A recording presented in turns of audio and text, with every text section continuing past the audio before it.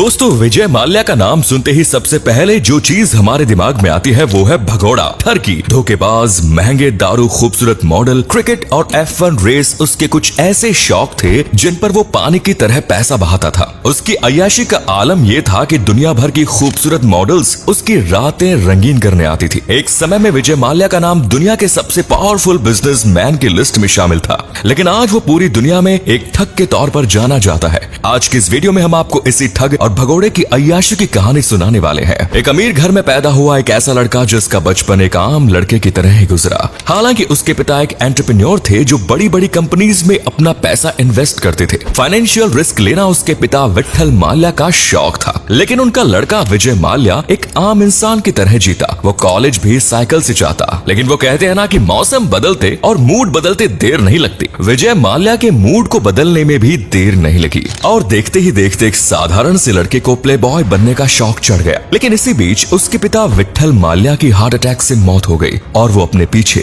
अपने इकलौते बेटे विजय माल्या के लिए बेशुमार दौलत छोड़ गए, जिसमें से उनकी सबसे नामी कंपनी में chemical, united chemical, fertiliser, spirit और पेंट जैसी चीजों को बनाया जाता था। लेकिन विजय माल्या ने इसके साथ ही इसमें न्यूज़पेपर, मैगजीन और किंगफिशर बियर के काम को भी जोड़ दिया और देखते ही देखते वो अमीर होता चला गया। भले ही वो प्ले बॉय नहीं बन पाया, लेकिन उसके प्ले बॉय वाली सोच नहीं बदली। वो जब भी किसी खूबसूरत महिला को देखता तो उसका मुरीद हो जाता। एक तरह से औरत उसकी कमजोरी थी। 1986 की बात है, वो एयर इंडिया की फ्लाइट से अमेरिका की यात्रा कर रहा था। इस फ्लाइट की एक एयर होस्टेस पर इसका दिल आ गया, जिसके बाद उसने उससे शादी कर ली। इस एयर होस्टेस का नाम था समीरा त्याबजी, जिसके साथ विजय माल्या का सिद्धार्थ माल्या नाम से एक बेटा हुआ। हालांकि इसके साथ ही वो अपने पैसों का भी काफी रौब भी दिखाता था। उसने अमेरिका के कैलिफोर्निया, साउथ अफ्रीका के जोहान्सबर्ग और इंग्लैंड के लंदन जैसे रिहायशी इलाकों में कई प्रॉपर्टीज खरीद डाली और इसके बाद सन 1993 में वो एक रेखा नाम की महिला के प्यार में पड़ गया, जो कि एक बिजनेसमैन वुमन होने के साथ ही एक सोशल वर्कर भी थी।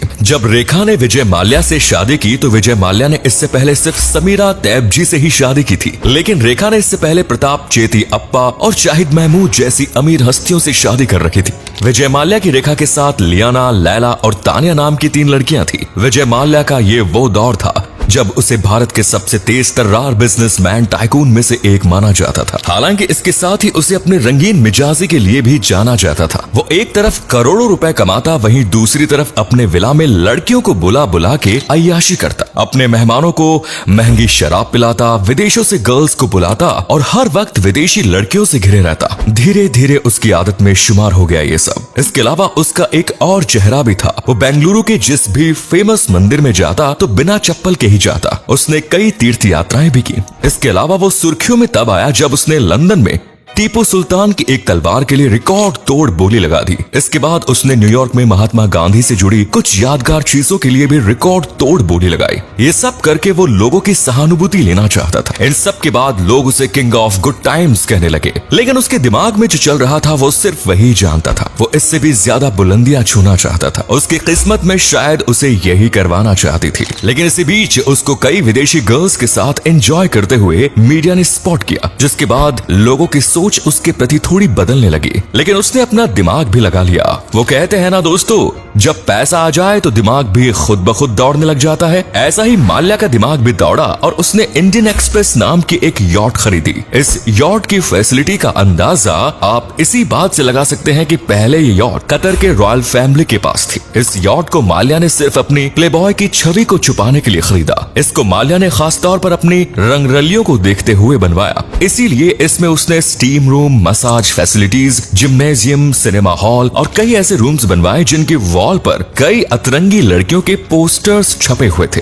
इस यॉट में उसे सिर्फ 2 ही चीजें दिखती थी। पहला, ये खुला खूबसूरत नीला समंदर और दूसरा, विदेश की खूबसूरत लड़कियां जो उसके साथ हफ्तों हफ्तों तक इस यॉट पर रहती थी। बताया जाता है कि ये फॉरेनर्स गर्ल्स कोई ऐसी वैसी गर्ल्स नहीं होती थी, बल्कि ये विदेशी मॉडल्स होती थी। अब आप सोच रहे होंगे कि सिर्फ विदेशी लड़कियां ही माल्या की आदत में शुमार थी, तो आप गलत है। कई बॉलीवुड हीरोइंस भी विजय माल्या को टाइम दे चुकी है। जिनके साथ विजय माल्या ने क्या किया, कैसे किया, वो तो आप टीवी पे देख ही चुके हैं। लेकिन इसके अलावा भी माल्या का दूसरी तरफ फोकस पैसे कमाने पर भी था। माल्या ने 2005 में अपने बेटे सिद्धार्थ माल्या के 18वें जन्मदिन पर किंगफिशर एयरलाइंस की शुरुआत की और देखते ही देखते 2007 में उसने IPL टीम भी खरीदी। लेकिन इतनी अय्याशी करने के बाद माल्या का बुरा वक्त पहली बार 2007 से ही शुरू हुआ, जब इसने एयर डेक्कन से 550 करोड़ की डील की। इस डील में विजय माल्या की तरफ से लगा सारा पैसा कर्ज का था, जो इसने 17 बैंकों से लोन के तौर पर लिया। एक तरह से ये डील विजय माल्या के लिए घाटे का सौदा रहा। इसके बाद 2008 और 2009 में माल्या को इससे भी ज्यादा नुकसान हुआ। हालात ऐसे हो गए कि किंगफिशर में काम करने वाले अपने कर्मचारियों को सैलरी तक नहीं दे पा रहा था, जिसके बाद इसने IDBI बैंक से 861 करोड़ रुपए के लोन के लिए बोलकर आवेदन किया। वो अपने कर्मचारियों की सैलरी देना चाहता था, साथ ही एयर डेक्कन में हुए नुकसान की भरपाई कर उसके काम को फिर से कंटिन्यू करना चाहता था। इस टाइम तक माल्या का दिवाला निकल चुका था और हालात ये हो चुके थे कि उसे कोई भी बैंक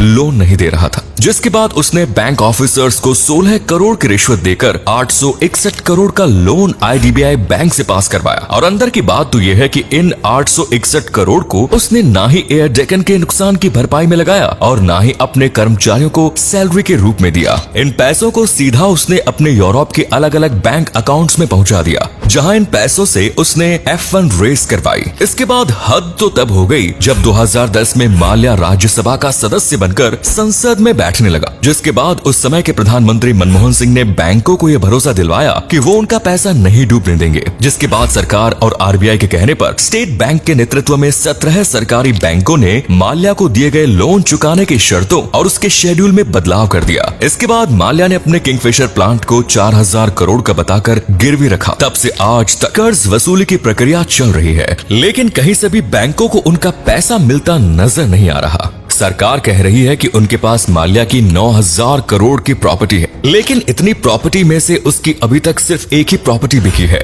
माल्या का गोवा में किंगफिशर विला, जो कि 3 नाकाम नीलामियों के बाद जाकर बॉलीवुड एक्टर्स सचिन जोशी ने मात्र 73 करोड़ में खरीदा। इसके अलावा माल्या की किसी भी प्रॉपर्टी को खरीदने के लिए कोई आगे नहीं आ रहा। बताया जाता है कि इतने कर्ज में डूबने के बाद भी ना तो उसकी थॉट कम हुई है और ना ही उसकी अय्याशी भरी जिंदगी में कोई कमी आई है। वो अभी भी लड़कियों के साथ रिलेशन बना रहा है। उसकी लेटेस्ट वाइफ पिंकी ललवानी है, जो कि एक खूबसूरत एयर होस्टेस है। इन दोनों की मुलाकात 2011 में एक फ्लाइट के अंदर हुई। तब से आज तक इन दोनों का प्यार एकदम चरम पर है। आपकी जानकारी के लिए बता दें कि 2 मार्च 2016 से ही विजय माल्या फरार है और आज तक इसे भारत वापस लाने के लिए सरकार ने तमाम कानूनी दांव पेच आजमा लिए, लेकिन किसी न किसी तरह से वो हमेशा बच जाता है। हैरानी की बात तो ये है कि ये भारत से भागा कैसे, जबकि इसके खिलाफ लुकआउट नोटिस जारी था। धर्म, जिसका मतलब होता है अपराधी देश से बाहर नहीं जा सकता और इमिग्रेशन काउंटर पर पहुंचते ही उसकी गिरफ्तारी हो सकती है, लेकिन इसके बावजूद भी माल्या देश से फरार हो गया। चौंकाने वाली बात ये है कि माल्या भारत से अकेला नहीं भागा, बल्कि वो अपने 55 सूटकेस लेकर भारत से लंदन भागा। अब कैसे भागा, इसके बारे में सरकार कोई ऑफिशियल अनाउंसमेंट नहीं कर रही है, लेकिन इतना जरूर है कि विजय माल्या ने अपने पावरफुल कॉन्टेक्ट के जरिए सिस्टम में वो जुगाड़ बना लिया था जिससे वो लंदन भाग सका।